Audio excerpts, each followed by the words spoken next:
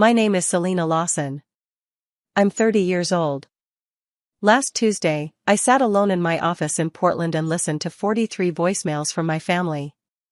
People I had not spoken to in 7 years. Not one person said, "I'm sorry." Every message said the same 2 words. Help me. 7 years earlier, I walked out of my mother's house with one suitcase, $200, and the clothes on my back. After I left, my family told everyone in our small town that I was unstable. They said I needed help. They acted worried. But they were never worried. They were relieved. And they would have stayed relieved if my sister had not searched my name online last week. Before I tell you what happened next, take a second to like and subscribe if this story means something to you. And tell me where you're listening from tonight. Now let me take you back to Thanksgiving 2019. The night everything finally broke. Ridgewood, Ohio. A tiny town where everybody knew your business before you did. Thanksgiving at the Lawson house always looked perfect from the outside. My mother used her expensive china. 15 relatives packed around the long table. My father poured wine while everyone talked too loudly. I was 23 years old. I worked 2 jobs. I waited tables at Rosario's and answered phones at a real estate office downtown. I saved every dollar I could. My sister Meredith had just gotten promoted at an insurance company. Same salary. Bigger title. My mother stood at the head of the table and raised her glass. To Meredith, she said proudly, "Our shining star." Everyone smiled. Everyone clapped. I raised my glass too. Nobody asked how I was doing. Nobody asked about my classes or my future. I felt invisible in my own family. But that night, I had come with one question. I waited until dessert, when the noise settled down. "Mom," I asked carefully, "is there any money left in Grandma Ruth's education fund?" The room went silent. Not normal silence. Dangerous silence. My mother slowly set down her coffee cup. Then she looked around the table before looking at me. Her voice turned sweet. "This is what I've been dealing with," she said. "She's been acting erratic for months." My stomach dropped. My Aunt Deborah reached over and touched my hand. "Honey, your mother only wants what's best for you." I didn't answer. I carried plates into the kitchen and started washing dishes. Because that was my role in the family. Everyone else celebrated. I cleaned. The faucet was running, but I could still hear voices from the dining room. Then I heard my mother talking quietly to my Aunt Patricia. "Ruth's fund paid for Meredith's sorority dues and car," she whispered. "Selena doesn't need it. She's not going anywhere anyway." I froze. Grandma Ruth had promised me that money herself. $12,000. She had sat with me at her kitchen table 2 years before she died and held my hands. "This is for your future," she told me. "Nobody can touch it but you." Somebody touched it. I walked back into the dining room. "That money was mine," I said. My mother didn't even blink. "You're being dramatic, Selena. I'm talking about money Grandma left to me by name. You always make everything about money." Then she said something that stopped me cold. "You sound just like your grandmother."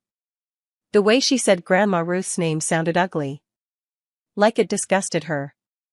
10 minutes later, my mother gathered everyone into the living room. I knew exactly what was coming. She stood in the center of the room like she was performing in a play. "I've tried to keep this private," she said sadly. "But Selena hasn't been well. She's been having episodes." I looked at my father. He stared at the carpet. I looked at my brother Kyle. He nodded at my mother. I looked at Meredith. She kept scrolling on her phone. 15 relatives sat there. Not one person asked if I was okay. Not one person defended me. I walked upstairs. I packed one suitcase. A winter coat. $200 from my tips at Rosario's. And a small wooden box Grandma Ruth had left me. I had never opened it. Because opening it meant accepting she was really gone. I carried my suitcase downstairs. My mother called after me. "If you walk out that door, don't bother coming back." I closed the door softly behind me. Because deep down, I already knew. I was never coming back. Snow fell across Ridgewood while I walked to the bus station. I bought a Greyhound ticket. The farthest place I could afford was Portland, Oregon. The trip took 38 hours. I barely slept. I held Grandma Ruth's box on my lap while America passed by outside the window. Cornfields. Mountains. Rain. A woman sitting beside me shared half her sandwich outside Omaha. She saw I was crying but didn't ask questions. She just handed me a napkin. Sometimes strangers show more kindness in 10 seconds than family does in 20 years. Portland was cold and gray when I arrived. I spent my first night at a women's shelter. Then a cheap hostel that smelled like bleach. I had no friends. No family. No credit history. Nothing. Only my work ethic. Within 2 weeks, I found a receptionist job at a small consulting company called Hale and Associates. 8 employees. Tiny office. Old building. I answered phones and sorted mail. It wasn't glamorous. But it was a start. 3 weeks later, I checked Facebook for the last time. My mother had posted in the family group. "Please pray for Selena. She's going through a difficult time. We just hope she's safe wherever she is." People filled the comments with sympathy. Kyle commented first. She always was the dramatic one. 47 people liked it. I deleted Facebook that same night. Nobody tells you what no contact really costs. No emergency contact. No birthday calls. No Christmas cards. No one to help when you get sick. And the worst part? Knowing people back home are telling stories about you while you stay silent. For years, I was the family ghost. The cautionary tale my mother told at church. But silence gave me something too. One morning, I woke up in Portland and realized something was missing. My mother's voice. That constant voice telling me I wasn't good enough. For the first time in my life, it was quiet. At work, Margaret Hale noticed me quickly. During my first week, I reorganized 3 years of client files. Nobody asked me to. I just needed order. Margaret stopped beside my desk. "You fixed all this in 4 days?" I nodded. She pulled up a chair. "Tell me what else is broken." While I was rebuilding my life in Portland, my family kept building their lie in Ohio. I learned the details years later. My mother told people I was living in a treatment facility. My father told neighbors they hoped I was safe. Kyle posted vague messages online about selfish family members. Meredith moved into my old apartment and sold most of my furniture. For 7 years, they treated me like a tragedy. Meanwhile, year 1 in Portland was survival. Year 2 became something else. I started building a future. At Hale and Associates, I moved from receptionist to project coordinator in 6 months. Margaret trusted me with a small community garden project. I finished early and saved the client money. After that, she kept giving me more responsibility. I enrolled in online business classes through Portland State University. Work during the day. School at night. Cheap meals. Used clothes. Long nights. There was no magical movie moment. Just hard work every single day. I didn't want revenge. I just never wanted to feel powerless again. Margaret respected me because I worked hard. Not because she pitied me. When I caught a billing mistake that could have cost the company thousands of dollars, she promoted me. "You check everything twice," she said. "It's how I grew up," I answered. She didn't ask questions. She understood enough. By the end of year 3, I graduated.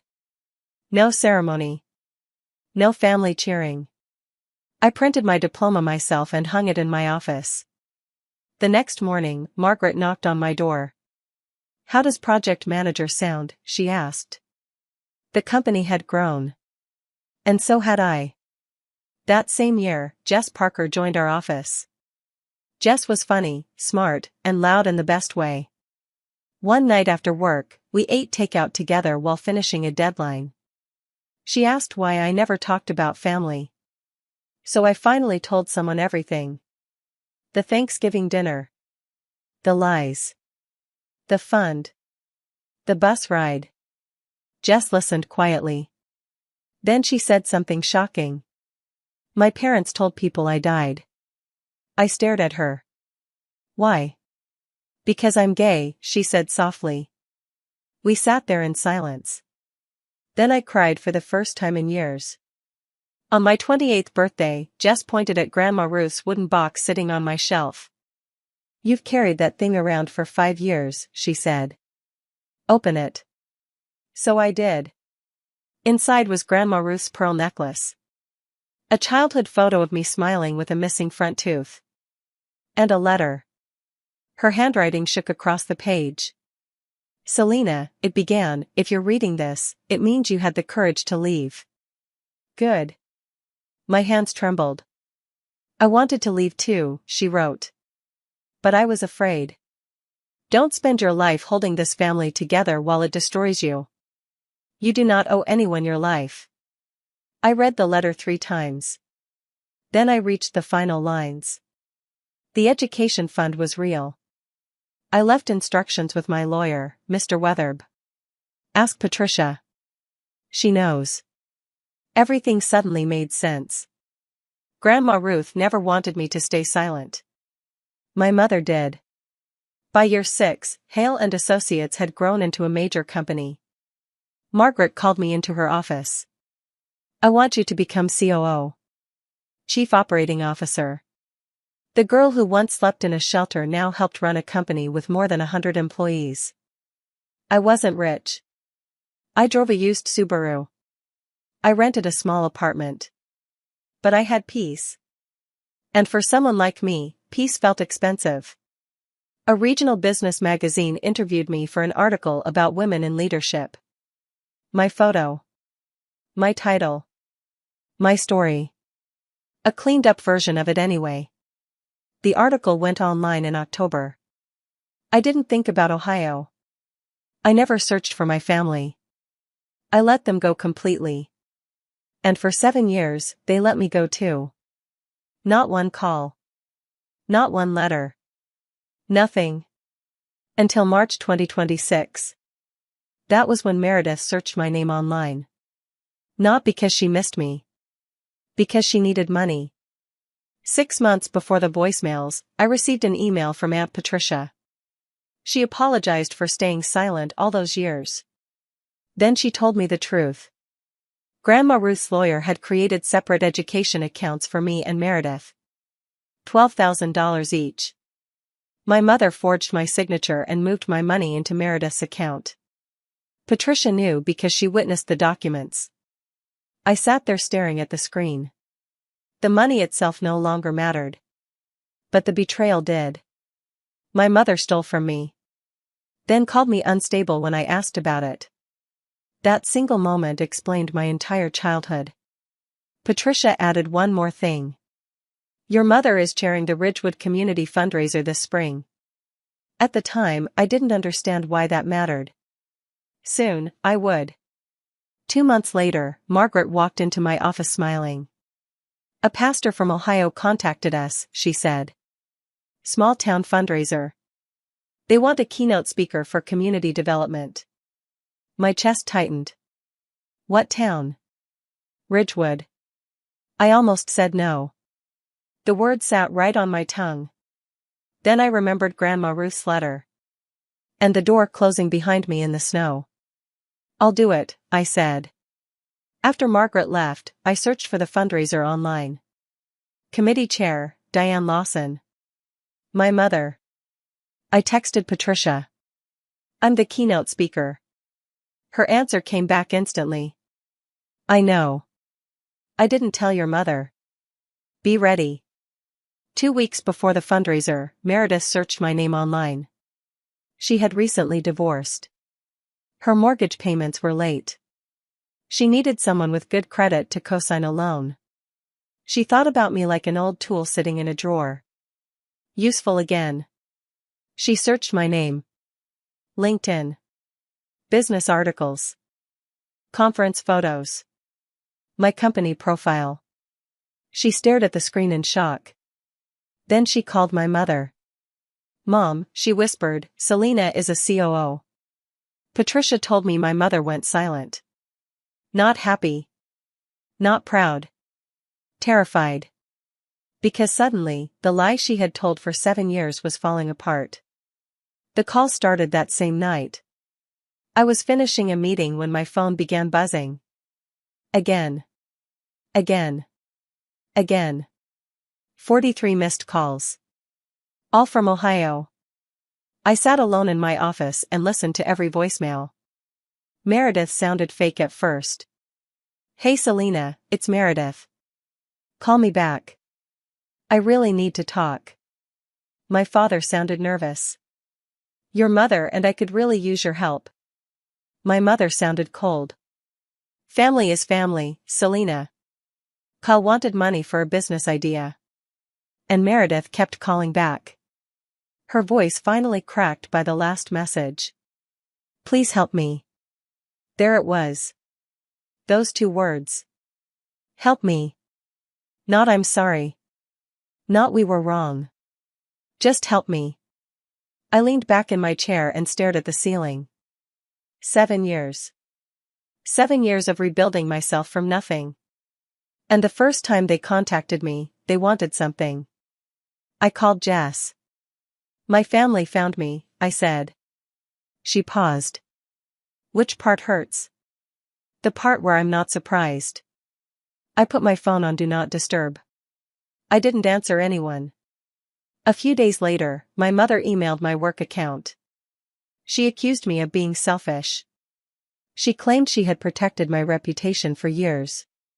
Then Meredith sent me a LinkedIn message asking me to co-sign her loan. "You owe us that much," she wrote. Kyle posted publicly on Facebook.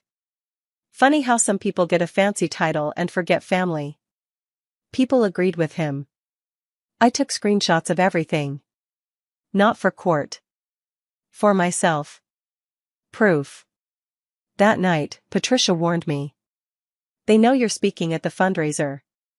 They'll be there." March 15th. I flew into Columbus and drove through miles of gray farmland. Ridgewood looked exactly the same. The diner. The church. The hardware store. The community center on Maple Street.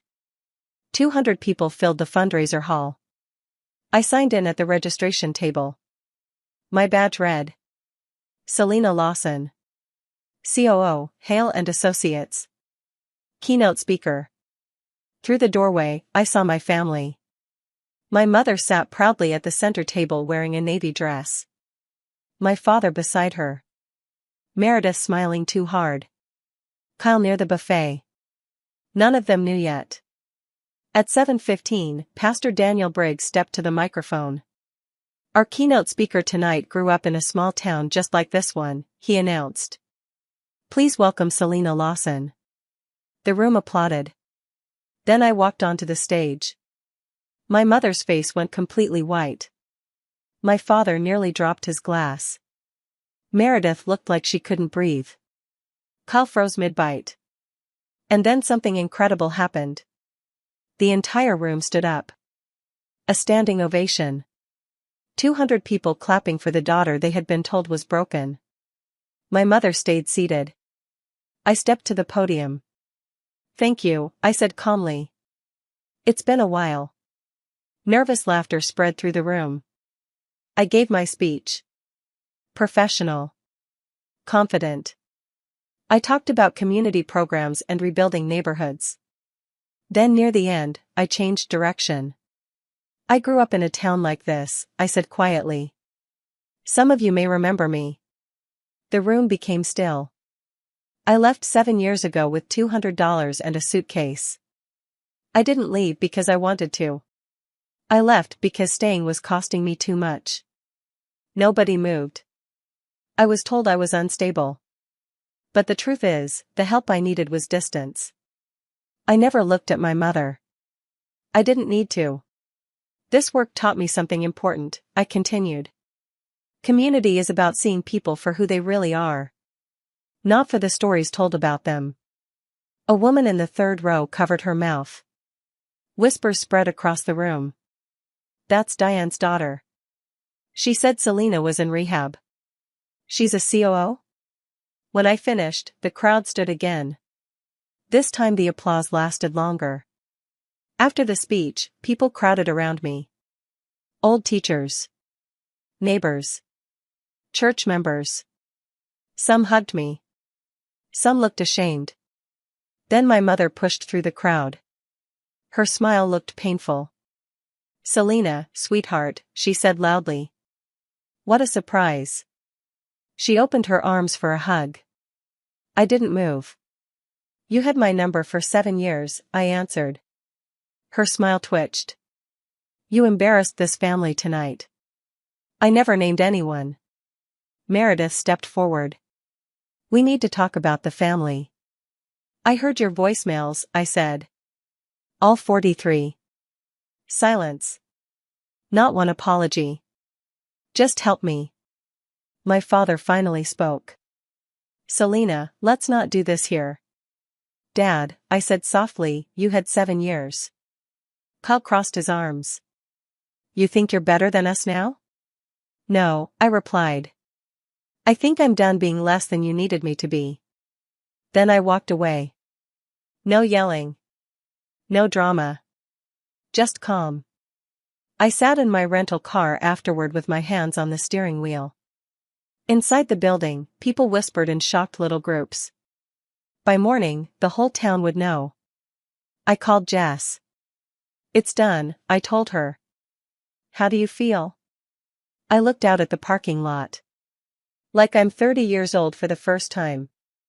That night in my hotel room, I sent one email to my mother, father, Meredith, and Kyle. I told them I would not co-sign loans. I would not send money. And if they wanted a real relationship with me, it had to start with honesty. A real apology. Not excuses. Not guilt. Not family is family. Until then, my answer was no. A week later, I called Grandma Ruth's lawyer. Mr. Wetherb was retired, but he remembered everything. Your grandmother didn't trust your mother with those accounts, he admitted sadly. The money was gone forever. But I decided to do something else. Something Grandma Ruth would have loved. I created a scholarship at Portland State University for students separated from their families. Students trying to survive on their own. I named it the Ruth Lawson Community Scholarship. The university posted a photo online. 6-year-old me smiling. Grandma Ruth behind me with her pearls shining. It wasn't about revenge. It was about changing the ending. A few days later, Patricia called crying. I should have defended you years ago, she whispered. You're saying it now, I answered. It doesn't feel like enough. It isn't, I admitted. But it's a start. Then she told me what happened after the fundraiser. The town turned against my mother. People questioned her everywhere. At church. At the post office. At the grocery store. The story she had built for 7 years collapsed almost overnight. Pastor Briggs asked her to step down from the fundraiser committee. My father moved into the guest bedroom. Not divorce. Just distance. One night, Patricia overheard him say something unbelievable. You lied about your own daughter, he told my mother.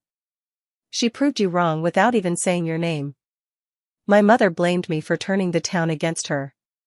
My father finally answered honestly. No. You did that yourself. It was the first brave thing I had ever heard him say. Meredith lost her house. Without my help, the bank took it. She moved back into my parents' home. Into my old bedroom. The golden child now slept beside the nail holes where my posters once hung. I didn't feel victorious. Mostly, I felt sad. Meredith had spent her whole life protected by my mother. And now she didn't know how to stand alone. Being the favorite child can become its own prison. Kyle faced consequences too. His girlfriend Tara saw the Facebook post calling me ungrateful. She packed a bag and left him. "That's not the kind of man I want," she told him. Screenshots of his post spread around town. For the first time, Kyle realized words online have weight. 6 weeks after the fundraiser, I received a handwritten letter from my father. He apologized. Not for my mother. For himself. For every time I stayed quiet, he wrote. "You deserved a father who chose you." I read the letter twice. Then I put it away. It was the first real apology I had ever received from anyone in my family.